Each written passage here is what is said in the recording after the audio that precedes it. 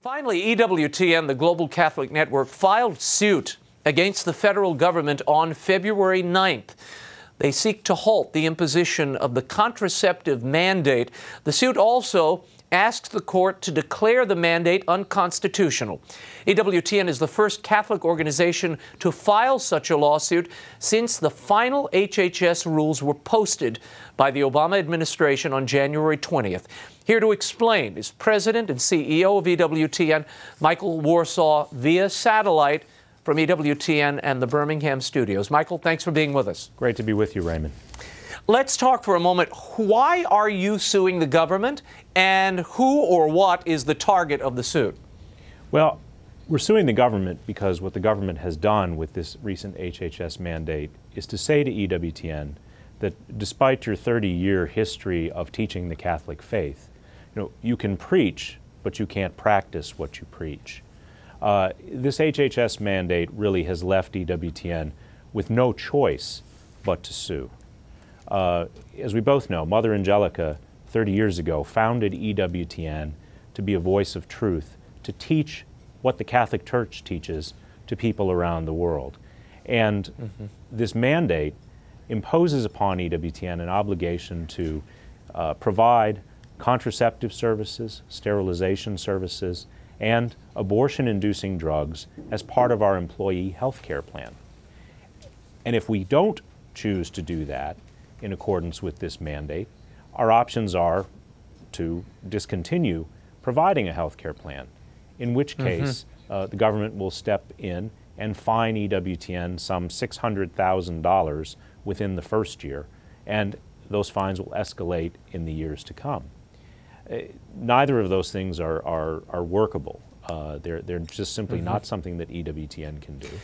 Now, Michael, I've been getting a lot of emails, some calls about this, people saying, well, wait a minute, EWTN doesn't have any standing. It's not a Catholic organization run by the Church.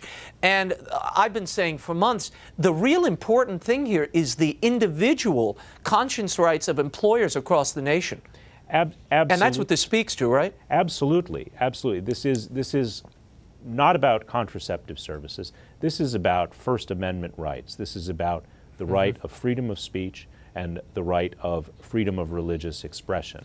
What the HHS mandate has done is to say to us as individuals and us as an organization that you cannot enjoy the freedom of speech and the freedom of religious expression within the operation of your faith-based organization.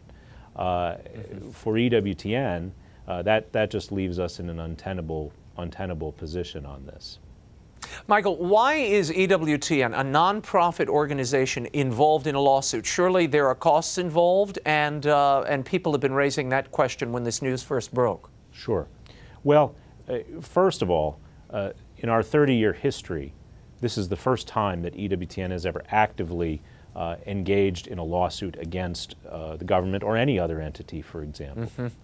So that should say to people that the severity of this situation and the importance of this particular issue.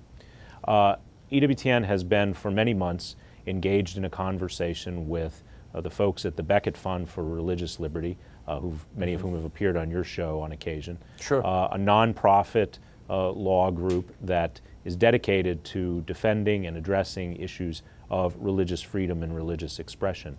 So the Becket Fund has agreed to represent EWTN in this action pro bono at no cost to EWTN and to take this on. And we're very, very grateful for their support and their help in bringing this action forward. Michael, before we go, what are you asking people to do, and who again is the target of the lawsuit? Is it HHS? Is it Kathleen Sebelius? Is it the White House? The suit is targeted to the Department of Health and Human Service and Kathleen Sebelius as its secretary, who of course promulgated this mandate. It also names other officials in other cabinet-level departments of the U.S. government who are involved in implementing certain portions of this mandate. And so we're asking the court to strike down this mandate as being unconstitutional and to protect our right of religious expression and freedom of speech. For our audience at home, there's many things that they can do to help with this cause. First and foremost, to pray and to fast for the success of this, and that this unjust law will be stricken from the books. Secondly, to continue their support of EWTN and the work that we do.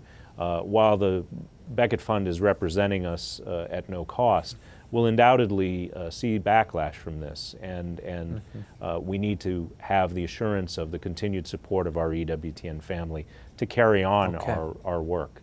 And finally, if people want to actually express their opinion on this, they can go to EWTN.com's website. There's a link there about this matter, and that will take them to a landing page with more resources and a link to the Beckett Fund's petition where they can sign up and let the administration and Secretary Sebelius in particular know about their dismay and about this attack upon not only Catholics and EWTN, but really all people of religious belief. Very good. Michael Warsaw, CEO of EWTN, thanks for being with us. Thank you, Raymond.